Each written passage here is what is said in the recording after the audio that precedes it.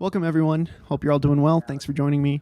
We're throwing in another box into the collection, and today's topic is the CalDigit TS4. 1, 2, 3, enter the flow. Easy motherfucking E with the chrome to your dome. Before we get into the actual unboxing, I want to go over a couple things.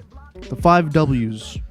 Who, me, what, the TS4, where, my house, when, today, and why? Well, let's talk about that. So, I work from home. This is my setup back here. I'm working off a Windows PC. I'm not going to go too deep into that. I have a setup video coming soon, so keep an eye out for that. But yeah, I bounce back and forth between my Windows and my Mac OS system. So I started with Final Cut Pro. It's what I got used to. It's what I'm comfortable with. I did try joining the Adobe bandwagon, but it's just not for me. Okay, let's just keep it at that. I was using the M1 Mac Mini, the 2020 version, but the only thing I didn't really like about that in the long run was that I couldn't edit anywhere else aside from this setup here. So that compelled me to get the 14-inch M2 Pro MacBook Pro. Yes, that is a mouthful of a name. Oh my God. Which I love. I think it's a great device. I'm not going to get rid of it anytime soon until I absolutely need to. And one of the things that I'm really looking forward to with this TS4 is the fact that I don't have to upgrade that either. If I were to get something that's even stronger than this M2 Pro MacBook Pro 14-inch, this thing will keep up. Now, for those of you who don't know what the TS4 actually is, it is just simply a docking station with Thunderbolt. Thunderbolt is a connection in which you can pass data and simultaneously charge, which is fucking great. But hold on, Omar, doesn't the M2 Pro MacBook Pro 14-inch already have enough ports? Yes, but it does get a little tedious having to plug everything into my laptop every time I want to hook it up to the setup. That is my headphone jack, my 2 display ports, and the power, because you can't use the laptop closed if it's not connected to power, which is where Thunderbolt comes in. It's not on the cheap side for those who are already interested, but I got it for cheap because of the Prime Day deals. I will link it down below, but unfortunately you might not find it for the same price unless you get it used. But all right, let's get into that unboxing.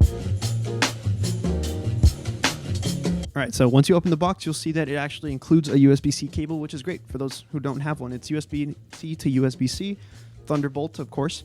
This thing has a total of 18 ports, okay? So right off the bat, on the front, you'll find the SD/micro SD card reader, which is crazy good because you can use them at the same time, and you don't have to use an adapter if you want to use those micro SD cards. Next to that, you'll find the audio combo jack, meaning you can plug in headphones with microphone. Next to that, you'll see the offline charging USB-A. What offline charging means is that you don't have to have a computer plugged in for this to actually charge. So as long as you have the TS4 plugged into power, it will power using this USB-A port. Directly underneath those, you'll find the 2 USB-C ports, which transfer data at 10 gigabytes a second, which is really good. Not only do they transfer data, but they also charge. Once again, it's Thunderbolt. Now, the one on the left provides a little more juice at 20 watts, as opposed to 7.5 on the one on the right.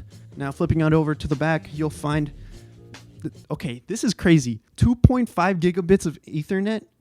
First of all, if you have that at home, you lucky son of a gun. You thought I was going to say son of a bitch, didn't you? But it's there. It's there if you need it. It can go up to 2.5 gigabytes a second. It's absurd. One thing that I actually don't like about this device, the brick, I'll show you in a second. The brick, it might be a deal breaker for some, but hey, it'll be somewhere hidden. I won't see it, so it's cool. Personally, I just think that they should have kept it inside of the box because then it would just make it a little heftier and it wouldn't slide around when you try to plug something in. But they do include these 2 silicone grips that you can attach to your liking so that the device won't actually slip around as much. All right, so let's continue. You'll find 4 USB-A ports, which also transfer at 10 gigabytes a second and also charge at 7.5 watts. The rightmost ones being offline charging as well. And once again, you have those 2 audio in and out ports to the right of those, and directly underneath you'll find 3 of the Thunderbolt USB-Cs. One of those being a 98 watt charger for your MacBook or whatever it is you're plugged in. But the other 2 charge at 15 watts, which is still pretty good. And the one at the very top right is the same as the one on the front, charging it at 7.5 watts. Directly underneath that, you'll find a DisplayPort 1.4. This thing actually supports a 1 monitor 8K setup or dual 4K at 60 hertz, which is great. I don't have 4K monitors, but hey, it's there if I need it, you know?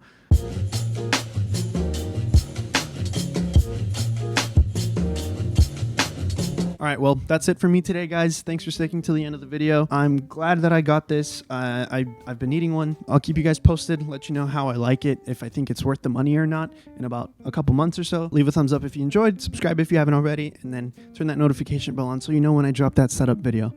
Later, guys.